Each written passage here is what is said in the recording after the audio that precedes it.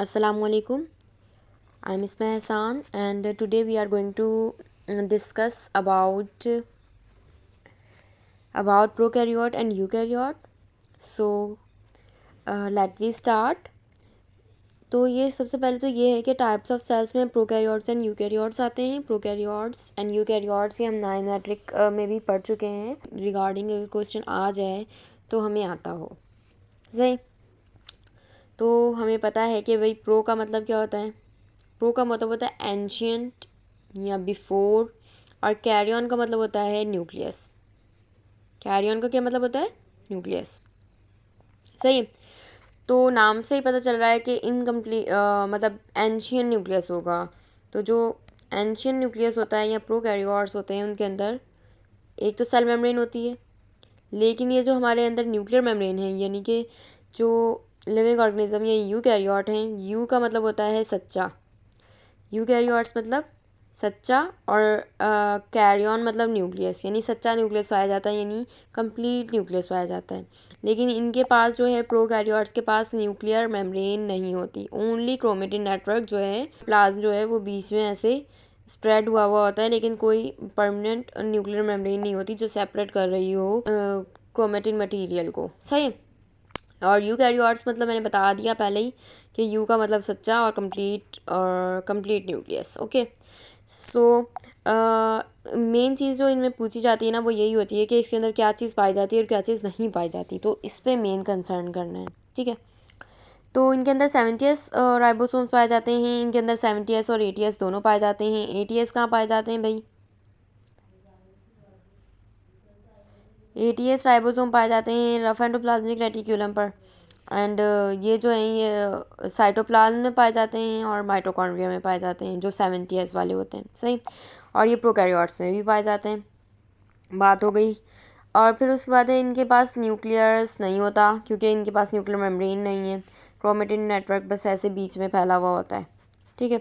फिर उसके बाद इसमें न्यूक्लियर प्लाज्म भी नहीं होता और न्यूक्लियर मेम्ब्रेन भी नहीं होती। इनके अंदर rough endoplasmic reticulum, mitochondria, Golgi body, ये सब जो है ना ये एब्सेंट होते हैं। सही। सारी चीज़ें क्या हैं? एब्सेंट हैं इसमें। और इसकी एग्जांपल में कौन आ जाता है? प्रोकैरियोट्स की एग्जांपल में आ जाता है किंगडम मोनेरा। किंगडम मोनेरा से ताल्लुक़ रखने वाले एनिमल्स वगैरह जो भी हैं वो क्या है? वो प्रोकैरियोट्स हैं। अब आ जाते हैं यूकैरियोट्स पर। तो यूकैरियोट्स में न्यूक्लियस पाया जाता है, न्यूक्लियर मेम्ब्रेन भी पाई जाएगी, न्यूक्लियोप्लाज्म भी पाया जाएगा, सब कुछ प्रेजेंट होगा। Golgi body, mitochondria, endoplasmic reticulum, ये भी सब प्रेजेंट होता है। और इसके अंदर सारे किंगडम आ जाते हैं, ऑल किंगडम आ जाते हैं एक्सेप्ट मुनैरा। सही। मुनैरा के अलावा सारे किंगडम इसमें आ जाते हैं जिनके अंदर जो कि यूकैरियोट्स होते हैं या जिनके अंदर ट्रू न्यूक्लियस या कंप्लीट न्यूक्लियस पाया जाता है। सही। तो अभी मैं आपको बताती हूँ नेक्स्ट थिंग। मुझे एक और चीज़ बतानी थी, उसमें ये था कि कौन से सिंगल मेम्ब्रेन बाउंडेड ऑर्गेनल्स होते हैं, कौन से डबल मेम्ब्रेन बाउंडेड ऑर्गेनल्स होते हैं, और किन के ऊपर मेम्ब्रेन नहीं होती है, मेम्ब्रेन लेस होते हैं। तो मुझे ये भी बताना था आपको, और एक चीज़ ये बतानी थी क्योंकि मैंने स्टार्ट के लेक्चर्स में नहीं बताई है, तो इसलिए मैंने इसको लास्ट पे छोड़ा था कि मैं अगर आपको लाइक हर लेक्चर में बता रही होती कि ये सिंगल मेम्ब्रेन है, ये डबल मेम्ब्रेन है, तो रिमेंबर करना ज़्यादा मुश्किल हो जाता है एज़ कम्पेयर टू कि अगर हम कंबाइन करके या टेब्यूलर फॉर्म में उसे रिमेंबर कर लें। तो अभी मैं वो बताती हूँ आपको। पहले हमारे single membrane, double membrane and no membrane bounded organelles ना, तो इनकी बात करनी थी मुझे।